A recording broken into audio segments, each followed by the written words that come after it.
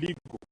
Just last week, on 3rd February, a Gazette notice was released purporting to legitimize the recent changes in party leadership, with the rider asking for public input within 7 days, even though the stated date had lapsed by 3 weeks. Essentially, those who now purport to run the party are aware that, for instance, the new party leader was installed unprocedural and unconstitutional.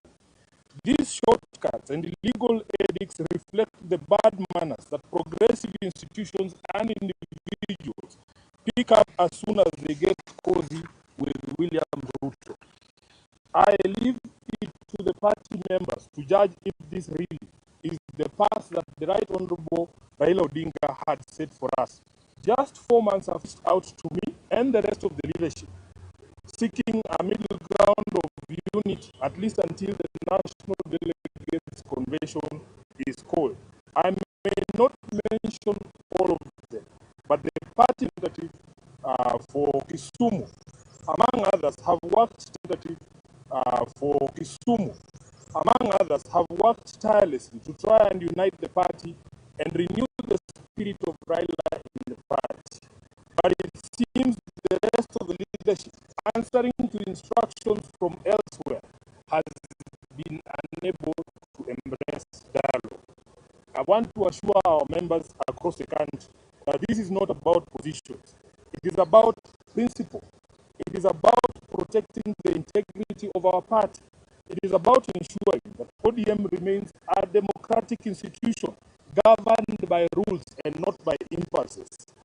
And whatever actions I take from here, obviously, after wide consultations, I will do so with my head held high, knowing full well that I have never once let down my leader, the Right Honorable Raila Odinga, or the members of this party who are its backbone. As I said in Busia, Raila did not raise cowards. He did not teach us to run away from hardship or challenges, but to confront them head on. Our party constitution places a responsibility on us to fight for ODM, and fight we shall. Through all lawful means, we shall fight for this great institution until the very end. We will challenge every illegality in the courts of law and in the court of public opinion. Surrender is not an option for us. I urge our members to remain calm, steadfast, and committed to the ideals that brought us together. ODM is bigger than any individual, and it must remain anchored in justice, transparency, and respect for its own constitution. Even as we confront the spectacle of stagnation against progress and liberal versus conservative clashes in our politics, we shouldn't fall for the allure of easy legacies and cheap promises made to the electorate for the sole purpose of perpetuating the age-old slavery visited on citizens of this nation by a regime lacking in legitimacy. I remain a loyal member and the duly elected Secretary General of the ODM party. I remain committed to the struggle for a fair, just, and democratic Kenya. As I navigate this period, I ask for your prayers and goodwill, but most importantly, for all of you to remain vigilant in guarding the freedoms that Raila Odinga taught us never to compromise over. We are the generation that will reach Ghana, as envisaged by the late Raila Amolo Odinga. Nothing will distract us from this endeavor. I am grateful to all of you for all the messages of support, and I want to assure you that we will be back to the grassroots, bigger and more energized, beginning this Sunday in Kitengela. Thank you very much, and God bless you.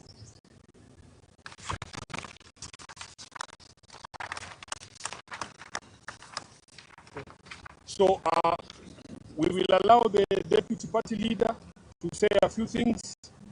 The Honorable Governor James Orengo will say a few things, and the Honorable Winnie Odinga will say a few things. Then we will take questions. Thank you. I think a few days back, I raised an alarm that ODM party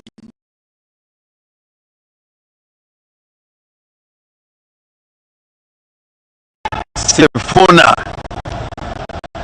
And Senator Sifuna has served the party for nearly 10 years.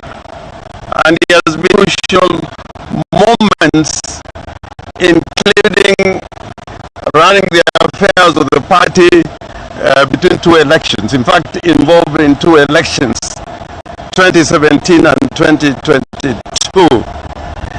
During the entire life of Raila Amolo Odinga, and during the period in which Edwin Sifuna was the Secretary General, there is no single moment that Raila Odinga rebuked or criticized Edwin Sifuna in public in the discharge of his functions as Secretary General. I shudder to think that mere minions, people who have got no legitimacy in the entire country, can dare talk about Edwin Sifuna. Sifuna speaks for the party, and even today, as president, was in a village in Uganda, some place called Orenga, and I told him, and if you watch the speeches I've made where President Ruto is, I have implored him not to kill political parties, because I could see this coming. The problem in ODM, and I like what Senator Ososia said, the problem in ODM is President Ruto. We are asking President Ruto to let ODM go, let ODM alone. He has not taken it hostage. He is in possession of the party called ODM. He is convening meetings of organs of ODM, of course excluding Honorable Sifuna and Honorable... Here's the reality.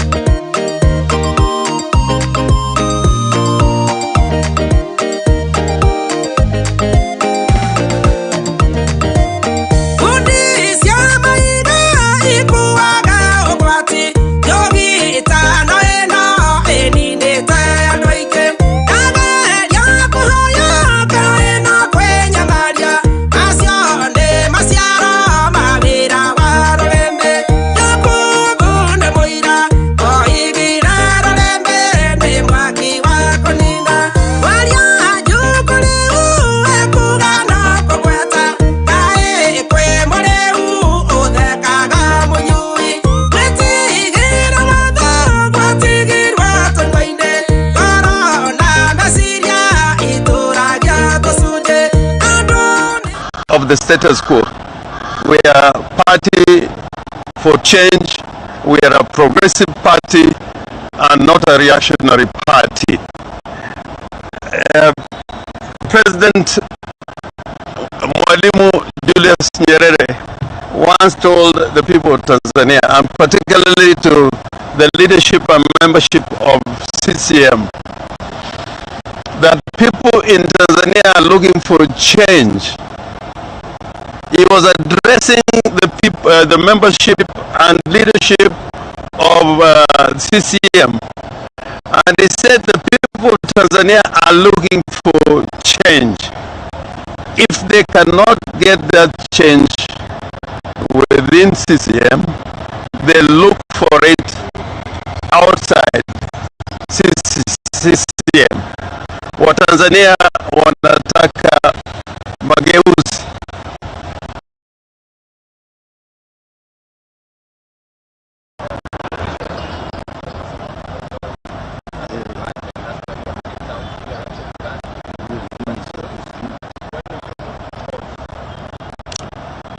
First of all, yes.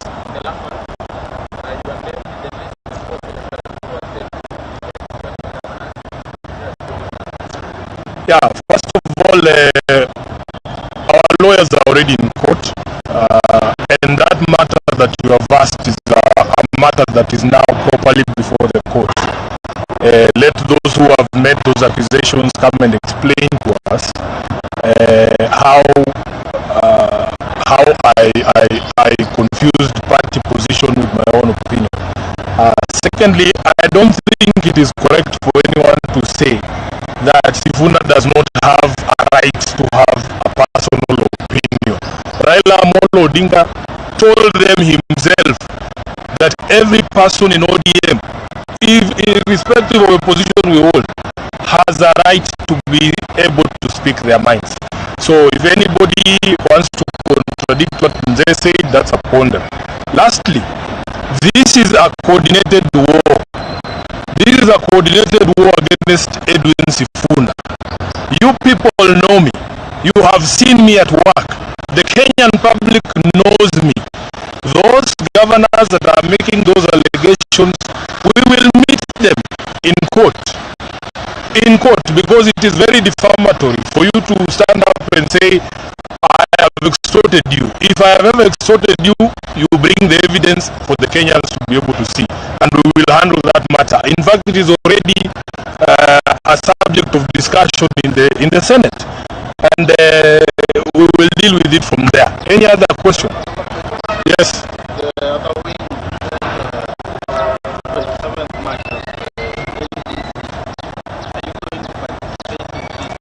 I am the SG of ODM. We will go to that NDC. We are still members of ODM. These are delegates of ODM. We will go to that NDC. There is no one who can kick us out of the party. Yes.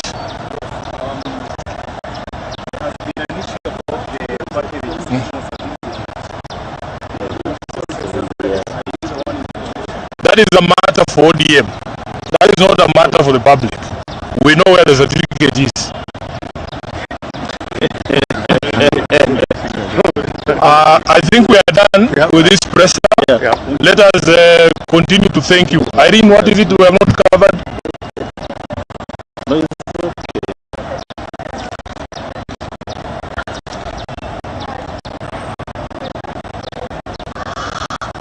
We will not respond to these rumors and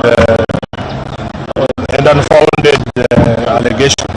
If anyone has any evidence of any of these things, let them present them to you. Asanteni sana. Mungu awabariki.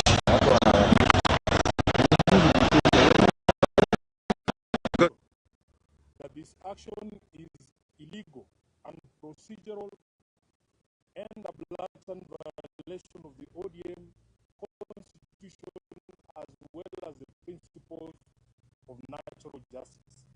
At no time have I been informed of any allegations against me, be they of indiscipline, insubordination, or incompetence in the execution of my duties as the Secretary General. Neither have I been invited to respond to any complaints in and out of the party on any matter that would constitute grounds for removal of a Secretary General. Consequently, no lawful organ of the party has invited me to any hearing.